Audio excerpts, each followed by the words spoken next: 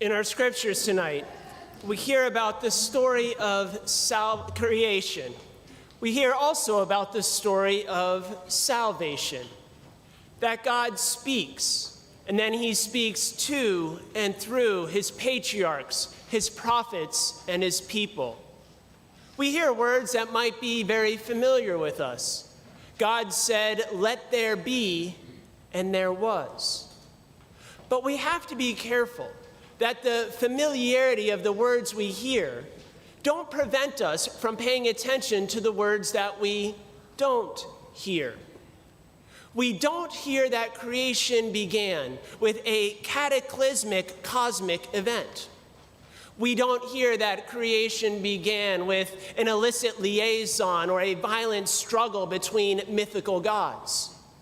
We don't hear that creation is the result of chance or chaos or lust or violence, but rather that it is a willed and reasoned act of God, that he spoke, it was, and it was good. These are the words that have opened our scriptures tonight and that we have been reading all along through the Old Testament. This is the story that God has been writing all along. But the scriptures are not intending to tell us how creation began, but why creation began. And there too, we have to be careful about what we don't hear. We don't hear that God was lonely and needed companions. We don't hear that God was bored and needed entertainment. We don't hear that God was lazy and needed slaves to serve him.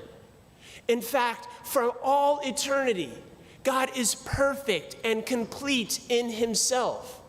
Before there was anything, he needed nothing. So why did he make it? Why is there something rather than nothing? Well, our scriptures share with us the story of creation and the story of salvation. Tonight is about your creation and the story of your salvation. Not only our catechumens who came here tonight to be baptized, but for all of us. And what is true about the cosmos is no less true about you. That God spoke, you were, and you were not just good, but you were very good. God made you, and then he looked upon you with a great sense of delight. But the scriptures aren't so concerned about discussing how you were made, but why you were made. God doesn't need you for your companionship. He doesn't need you for your entertainment. God doesn't need you to serve him. God doesn't need you at all. God just wants you. So why is there something rather than nothing? Why do you exist rather than not? The only answer is love. And love knows no why. Yet in these times, it is difficult to see our purpose, because it is also difficult to see our end, to see that for which we were made. The beginning makes no sense if it has no end, if it has no purpose. Things are just simply brought into existence and then sent out. Things are created and then destroyed. But when Jesus Christ rises from the grave, when Jesus Christ conquers death, creation makes sense. Your creation makes sense. Everything was made through him, and everything was made for him.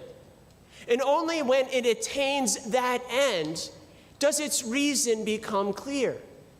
Thus, the parts derive their meaning from the whole, and the whole derives its meaning from the end, namely from Christ.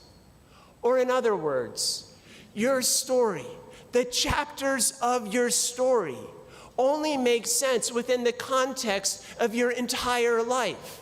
And your entire life only makes sense to the extent that you arrive at its happy conclusion, that happy end of union with Christ, the one who has made you for himself. Therefore, all of creation is the setting for this story to unfold.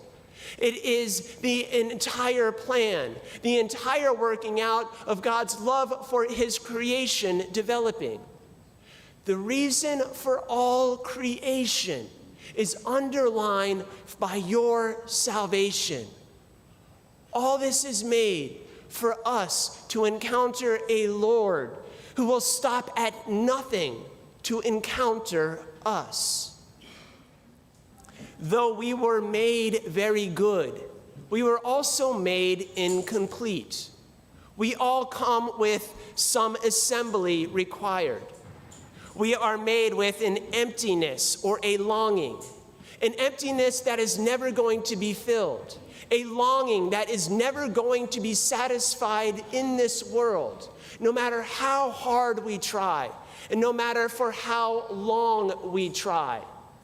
And that emptiness, that longing, gives rise to a restlessness or a desire, which is both God's gift and his gamble. It is a gamble because that restlessness is going to lead us perhaps down 100 dead-end roads in an attempt to find satisfaction. That restlessness is also a gamble because it could lead to despair. That after trying so many paths and coming against so many dead ends, we might just throw up our hands, giving up all hope, giving up all future attempts. But that restlessness is also God's gift, because it is that restlessness that brought you, my dear catechumens, and all of you here tonight.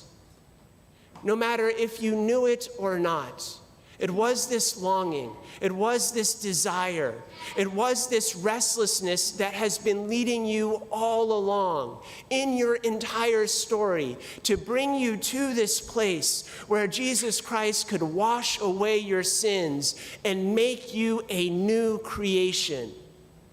Tonight ends one story, but it begins another. That story too may have a happy ending.